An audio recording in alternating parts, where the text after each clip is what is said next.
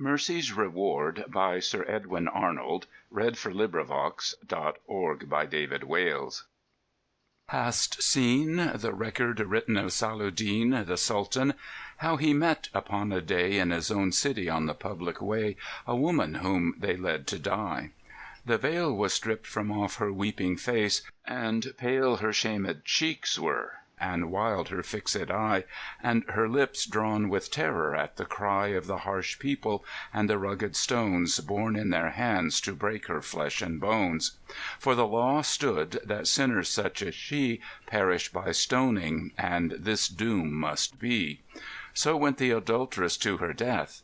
High noon it was, and the hot Khamsin's breath blew from the desert sands and parched the town. The crows gasped, and the kine went up and down with lolling tongues.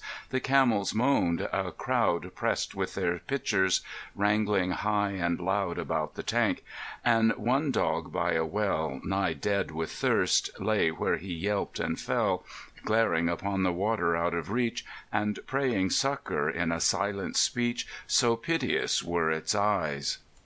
Which when she saw, this woman from her foot her shoe did draw, albeit death sorrowful, and looping up the long silk of her girdle, made a cup of the heel's hollow, and thus let it sink until it touched the cool black water's brink. So filled the embroidered shoe, and gave a draught to the spent beast, which whined and fawned and quaffed her kind gift to the dregs. Next licked her hand with such glad looks that all might understand he held his life from her. Then at her feet he followed close all down the cruel street, her one friend in that city. But the king, riding within his litter, marked this thing, and how the woman on her way to die had such compassion for the misery of that parched hound. "Take off her chain, and place the veil once more about the sinner's face, and lead her to her house in peace," he said.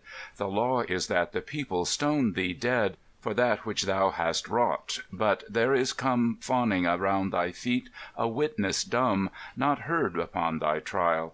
This brute beast testifies for thee, sister, whose weak breast death could not make ungentle. I hold rule in Allah's stead, who is the Merciful, and hope for mercy. Therefore go thou free. I dare not show less pity unto thee. As we forgive, and more than we, Ya Bar, good God, show clemency." End of poem. This recording is in the public domain.